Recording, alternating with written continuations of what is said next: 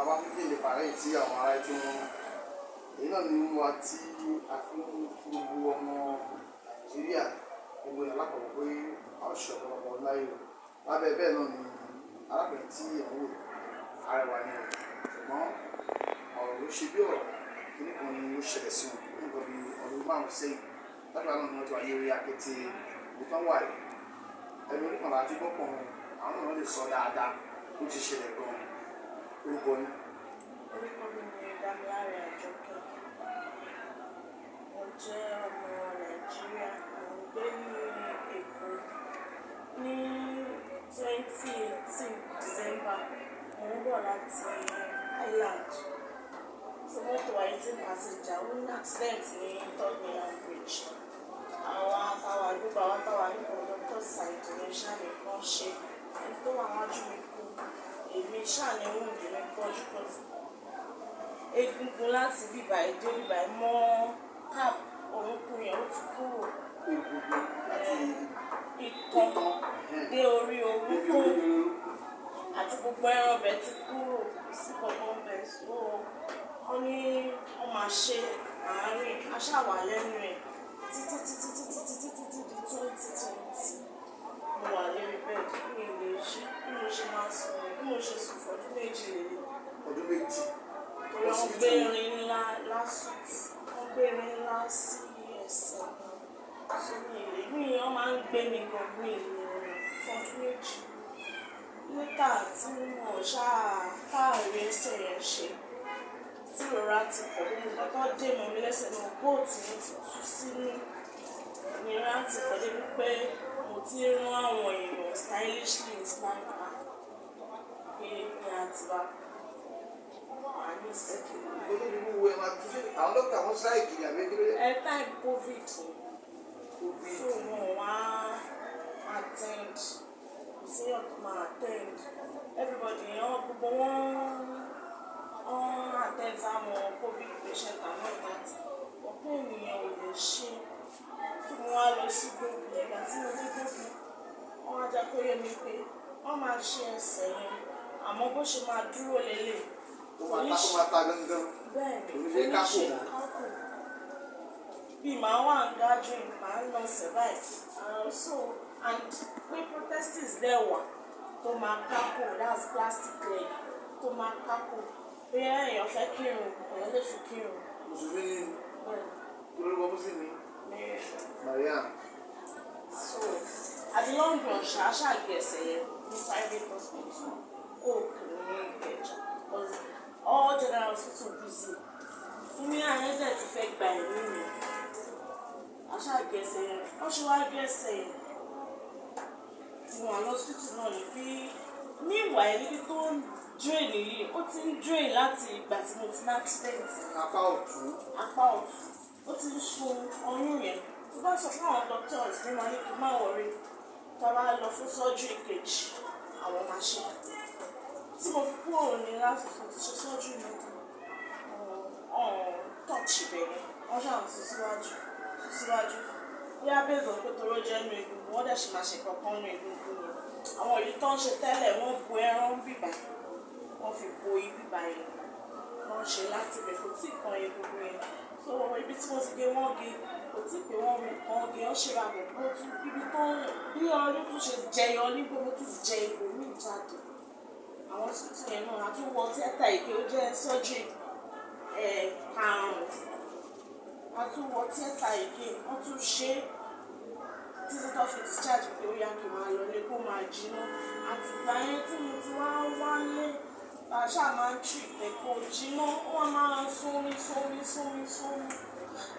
Wọ́n á tún lọ gbóbi mi láti lọ ṣe test. Wọ́n wá jẹ́ pé egungun tó wà lẹ́yìn ó ti wà infected pé kí n lọ wọ́n máa ní ìgbà tí fọ́ ibẹ̀ yẹn kúrò kó tó lè jiná. Ipá ti fi kò sí ìbọn. Èyí fúnra ló yẹ kó tí mo ti lọ. Àwọn èèyàn mi tó ń dúró sí mi ó ti try. Èyí tó fi ṣẹlẹ̀. Mo láwọn pé òkè mò ń ṣiṣẹ́. Máa ṣe ìkọ́nà mo máa ṣe lójú. Ìbúyá jù ṣàmà lè dáadáa owó pé màá lọ ṣe ìtọ́jú ìkéde àti láti èmi kójọ torí owó jẹjẹ fún ìsìn kò dàbí tẹ́lẹ̀ tí o lè lọ ṣe makeup lẹ́niwẹ̀ o lè lọ wégele wíyẹn ojú kan a máa fi pé 200 naira wọn máa fi lọ.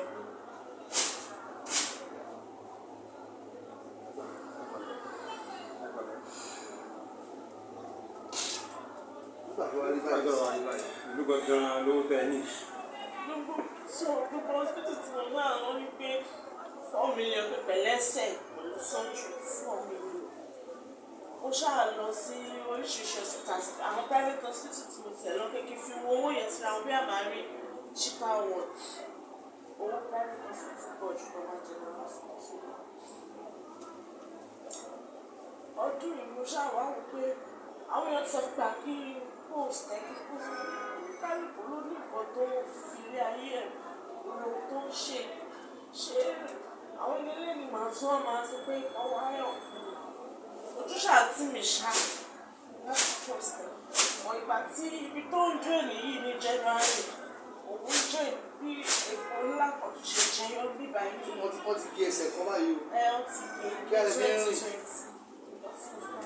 Ọ̀gá ní sọ́kọ́tà ara mi àgbẹ̀. So ìtọ́ á gbé yẹn náà oró tó wá kò jiná. Jẹ́ ṣe tẹ́ẹ̀sì sí ìlú ẹ̀ ṣe dialysis.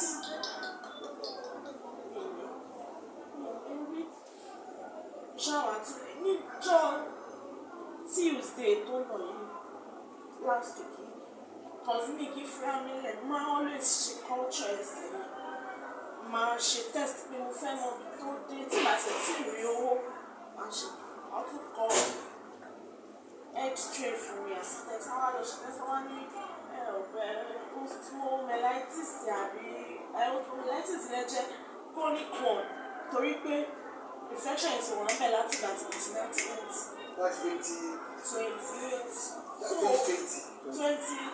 2018 ó ti wà ń bẹ̀ lórí báyìí ní ẹgbẹ́ báyìí ẹsẹ̀ yẹn gan wọ́n tí ì gé gbà yín kẹ́gbẹ́ báyìí máa ń dùn mo dẹ̀ máa ń sọ tó bá ń ṣe sójú tó bá ń ṣe dírẹ́sì wọ́n máa ní ọmọ ṣe so ìyá test mo ṣe last Tuesday yóò wá analyse àwọn x-ray tí mo ṣe tẹ́lẹ̀ àwọn doctors yẹn mọ̀ nǹkan tó wà nínú ẹ̀ wọ́n ń ṣàlàyé fún bọ́ ibi tí mo ti lọ ṣe x-ray lè wọ́n fún mi result ẹ̀ mo jókòó mo kà á mo google everything ó jẹ́ pé wípé infection yẹn ibi tó wà yẹn oògùn ò ní gbọ́ because when it comes to antibiotic mo jẹ́ number 1 person nínú nurse mi gan máa ń try fún mi a kì í fi ilẹ̀ pé àárò surgery a máa ń ṣe culture any antibiotic tó bá kúta mo máa rà bí rosafin ṣe wọ́n tó yẹn tó bá gbé jáde mo máa rà 10 days máa wówó ẹ̀ máa rà níbi tí màá lò máa tà nǹkan àbí kí n tọrọ owó lára pé kí ṣáà lè fight ẹ̀kọ́ máa spread ẹ̀mí ẹ̀jẹ̀ tí wọ́n pé tó bá spread ó máa di wàhálà èyí tí wọ́n á lọ ṣe test mo lọ ṣe níjọ́ Tuesday wọ́n á rí pé wọ́n ní pé ibi the only thing tó lè ṣe ni pé wọ́n la ẹsẹ̀ yẹn egungun yẹn kan ibi tí kíní yẹn wà láàrin egungun yẹn kan fọ́ bẹ́ẹ̀ kúrò kọ́ dẹ̀ scrape ẹ̀ so that kò ní spread ó tó lè jìnnà so pé tí bá dẹ̀ tètè ṣe ó lè lọ sí spine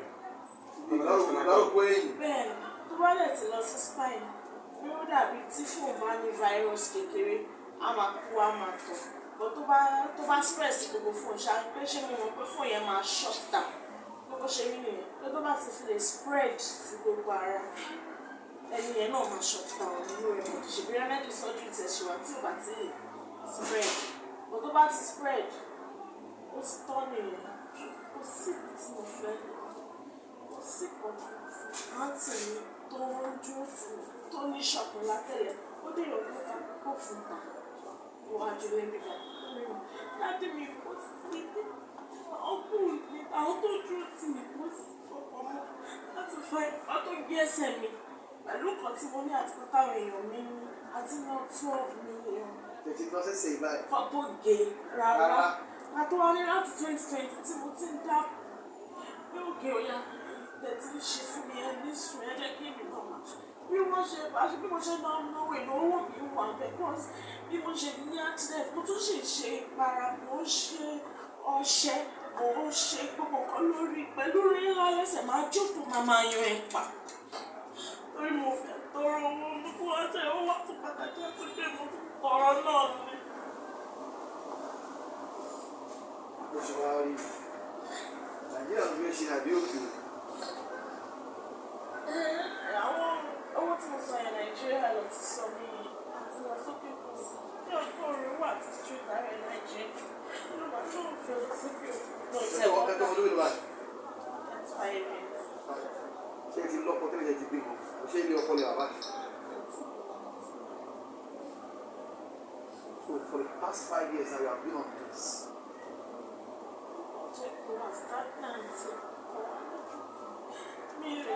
Fẹ́yìn kó ti gbà pé tí kò bá ṣẹlẹ̀ yóò máa ní náà ní pé ó ṣẹlẹ̀ ní kò sí kan tí mo fẹ́ bọ́ lọ at least kí n kúrò ní ojú kan tí mo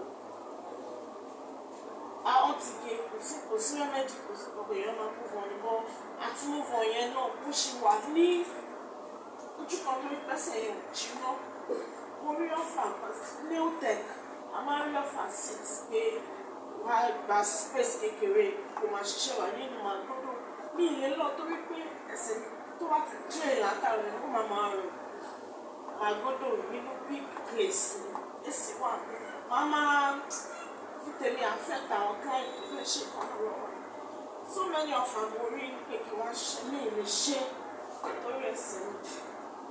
So mo believe pé tí bá tí sọ́jú yẹn ti bá rí ṣe tí mo lè ní protesters máa ń mú fún ọ̀pọ̀ láìfẹ́ máa ní láìfẹ́. Mo yẹ sí ẹ̀kọ́ tí arábìnrin rẹ̀ sọ Aremu Damilare accident ni wọ́n ní nígbà ọdún márùn sẹ́yìn ohun tí ó wá ṣe pàtàkì tí ó ní ọmọ Nàìjíríà fún àdúgbò àgbáyé òyìnbó yóò ti ṣe iṣẹ́ abẹ tí ewu tó wà ní tí wọ́n ní ó ti kó àrùn tí ó di bíbí àwọn ti ń jẹ tó sì lè padà tó lọ affect egungun ẹ̀yìn ọ̀dọ̀ wọn nílò ìrànlọ́wọ́ owó tí wọ́n fẹ́ ṣe sọ́jú $4 million wọ́n á ṣe sọ́jú àwọn fún wọn lẹ́sẹ̀ ẹsẹ̀ á ṣe kápò òun náà lè máa lọ síwá á lè máa lọ sẹ́yìn ó níṣẹ́ lọ́wọ́ o níṣẹ́ lọ́wọ́ ṣùgbọ́n gbàtẹ́sẹ̀ tí wọ́n ti gé ẹsẹ̀ tí àìsàn tó ń ṣe ẹni tí ò kú ọ̀bẹ kò jẹ́ kí iṣẹ́ kan kò jẹ́ kí iṣẹ́ ó lè lọ tààràtàrà mú gbogbo ẹ̀yàn Nàìjíríà gbogbo ẹ̀yìn onínú ọ̀rọ̀ nínú ọlọ́rẹ̀ pápá ẹ̀yìn tí ẹgbẹ́ mùsùlùmí tí a wà nínú oṣù Ramadan oṣù ìrànlọ́wọ́ oṣù ẹ̀bẹ̀ oṣù àánú oṣù àforíjì yẹ ká lè sí ọmọ ìyá wa kí ó lè bọ́ nínú àgàgà tí ó wà gbogbo ẹ̀yìn ẹlẹ́sìn Kristẹni tí a ń ṣe àjọ̀dún ọdún àjíǹde tí Jésù olùgbàlà tí ó jíde pàálẹ̀ ní ẹ̀jẹ̀ ká wọlá ayẹyẹ ọjọ́ òní láti ṣàánú arábìnrin ẹ má jẹ́ kí ó wá bẹ́ẹ̀ lásán ẹ má jẹ́ kí ó wá bẹ́ẹ̀ náà ti gbìyànjú mọ̀lẹ́bí wọ́n ti tiraka ẹbí náà ti sápá wọn ti sápá wọn ti náà $12 million mílíọ̀nù 12 náírà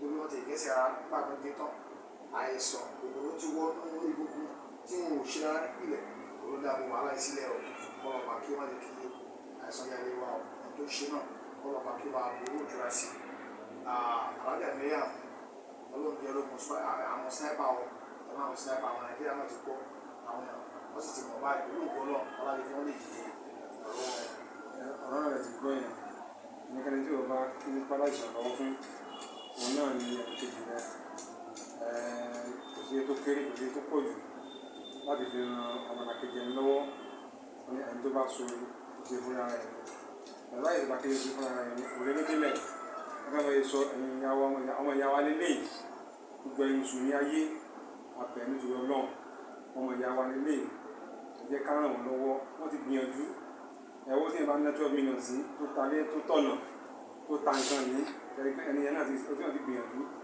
ẹjọ́ abẹ nítorí Ọlọ́run abẹ nítorí oníṣẹ́ ńlá abẹ ní ẹ̀jẹ̀ ká arábìnrin ọmọ ìyá tó wá lélẹ̀ yìí o ẹjọ́ yìí ká ràn wọ́n lọ́wọ́ yìí tẹ bá ní ẹ máa fi sọwọ́ sí wọn wọ́n á fi àkáǹtì nọ́mbà wọn wọ́n á pè sí wọ́n á sọ fún nọ́mbà wọn ó dẹ̀ jẹ́ sítánà lẹ́mọ̀ tẹ́mọ̀ fẹ́ lè gbé gbogbo ẹ̀ pé yá rírí àmọ́ nà kọ́bọ̀ pé yá abẹ́ gbé ṣe ọsítà wo ni ẹ̀rẹ̀ lọ́bẹ̀ kẹ́ lọ sọ́sọ́ sítà ó kéré lọ́dọ̀ Ọlọ́run ó kéré lọ́dọ̀ ẹ̀yẹmọ nínú Islam gbẹ̀yìn ọlọ́rẹ̀ gbẹ̀yìn aláàánú inú oṣù tí a máa ti ń ṣètò ìrànú òun náà la wà nínú oṣù tí a ti ń ládàá gbẹ̀dẹ̀ la wà ládàá kan ló délẹ̀ yìí ẹ jẹ́ ká gba ládà látara arábìnrin Mariam Damilare gbogbo wa náà àti sáìsàn ànílò gbẹ̀dẹ̀ tó máa mú wa sọ pé à ń tọrọ owó ẹni tó lè larí ẹni tó. Account number mi ni 20 85 81 87 34 UBA. Ẹ̀pẹ̀lẹ̀ kan sí káwọn náà máa ṣàkóso 20 85 81 87 34 ẹ̀pẹ̀lẹ̀ kan náà 20 85 81 87 34 yóò di orúkọ olúwa lórí ẹ̀. Aremu Damilare Ajoke. Aremu Damilare Ajoke náà lè ti gbọ́ ẹgbẹ́ fún ọmọ yìí 070 377 46 71 ẹ̀pẹ̀lẹ̀ kan sí 070 377 46 718 ló parí ẹ̀ 718 ló parí fún nọ́mbà wọn àtàkà nọ́mbà ní fún nọ́mbà méjì náà láti tù sí láti sọ̀rọ̀ àbẹ̀ntúrọ̀ náà.